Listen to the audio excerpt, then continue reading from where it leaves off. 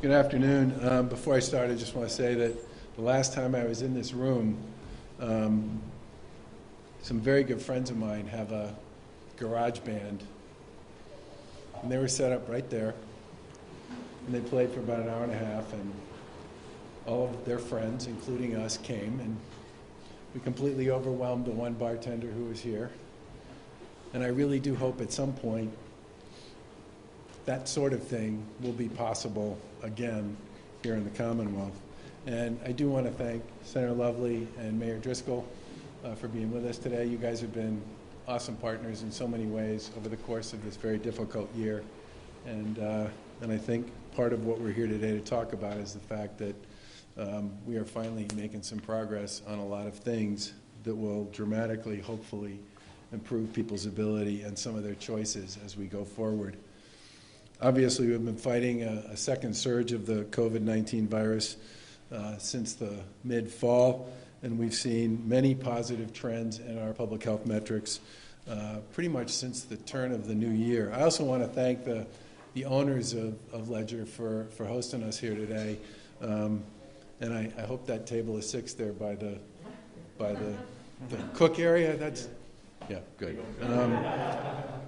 Today, there are currently about 875 people hospitalized with COVID, which is down from 2,428, which was our census on January 4. That's a 63% decrease.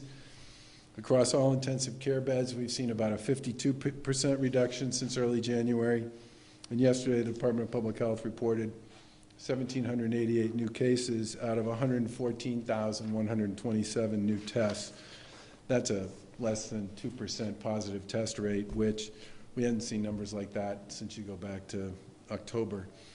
That does bring the total number of tests that have been conducted here in the Commonwealth, which has the second highest testing per capita totals in the country since the beginning of this pandemic, to almost 16 million molecular tests. And the 7-day average, as I said, has dropped below levels we haven't seen in months.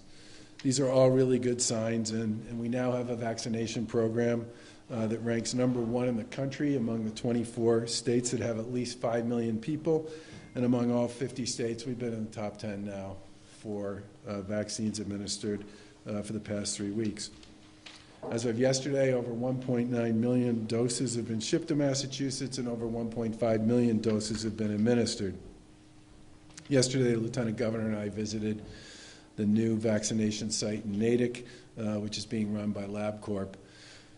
The other mass vaccination site that opened this week is down in Bristol County. It's in Dartmouth, and it's run by Curative. And we're looking forward to seeing them continue to enhance our performance to vaccinate people down on the South Coast.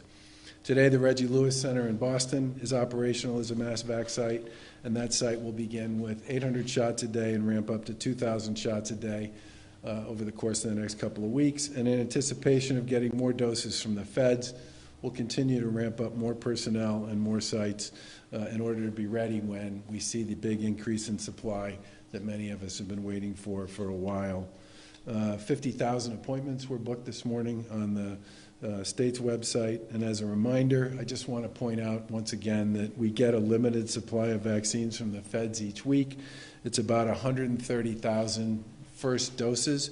We have far more people than that who are eligible here in Massachusetts to get vaccinated, and it's important for people to understand that we think it probably will take a month for everybody who's newly eligible to be able to get their first appointment. And I know we tell people who are very anxious to get that vaccine to be patient, and that's frustrating. But the simple truth is, unless and until we see a big increase in supply, people are going to have to assume that it will take them a little while to get that first appointment and to get that first vaccination. Testing capacity, obviously, our ability to find and isolate people continues to perform, and the drop in hospitalizations and cases overall is really good news. I think most people remember that in November, in response to an increase in new COVID cases and hospitalizations, we did implement a stay-at-home advisory and several closures and restrictions on businesses. We understand that all of those closures and restrictions are enormously difficult for businesses and for their workers. And today, thanks to everybody's commitment to wear masks, to distance when appropriate, to avoid crowds, and to do their part to stop the spread, we can move forward with a reopening plan and take some of the stuff that we did previously off the table. For example, effective March 1st, Massachusetts will move back into Phase 3, Step 2. That will allow indoor performance venues and indoor recreational activities to reopen, and capacity limits across all sectors will increase to 50%. Massachusetts will then move to Step 1 of Phase 4 of our reopening plan, effective March 22nd, as long as the public health data continues to get better.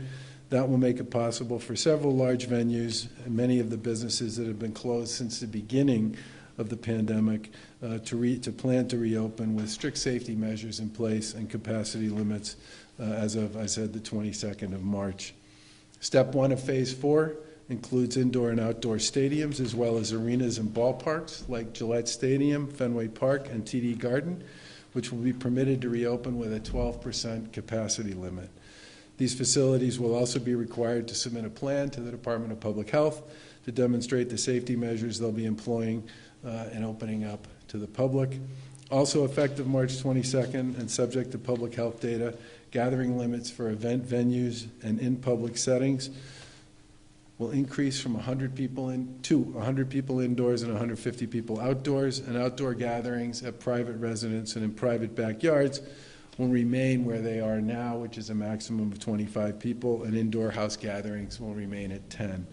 These large venues employ a lot of people, and many of them have been out of work for a very long time. We've been watching how these venues perform in other states and believe with the right safety measures in place, they can operate responsibly and safely here in the Commonwealth as well. They're big operations that take time to prepare, and I hope today's announcement will help them and their employees plan for that return to work.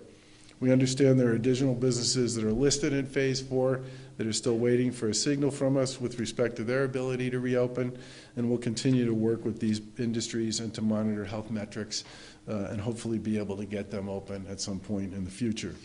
Lieutenant Governor will go into more details about this update in a minute. As we continue to make progress here in Massachusetts and get closer to the other side of all this, we know how difficult these restrictions have been and continue to be for businesses both large and small across the state. And today's announcement's a good sign and a move in the right direction toward getting back to that next normal, but we know businesses continue to hurt and that we have to find ways to help them get through all this. And that's why in October, with the support and participation and authorization from the legislature, we announced a grant program through the Mass Growth Capital Corporation of over $700 million that was designated to small businesses impacted by COVID-19. It's the largest fund of its kind in the nation. It's helped businesses in all corners of our state, including Ledger here in Salem, which is where we are today, to pay staff and rent and to help them serve customers safely. Matt, I want to thank you and the team for all you've done, and obviously we thank you for hosting us today. And today we're announcing an additional 1,108 businesses that will be receiving COVID-19 relief grants totaling another $49 million. To date, we've awarded more than $593 million of direct support to over 12,000 small businesses here in Massachusetts. As we look forward, the Commonwealth will continue to do everything we can to stop the spread, to roll out vaccines, to carefully reopen our economy, and to keep the people of Massachusetts safe. But getting to the other side of this still requires everybody to keep doing their part as the vaccine process rolls out. Everybody knows what that means: wearing masks, being sure that they distance, washing their hands, and to the extent possible, spending as much time as you can with what we call your own household. We're almost there. We're going to continue to move forward, and if all goes according to plan and the Fed's increased supply, we could be in a very different position 3 months from now.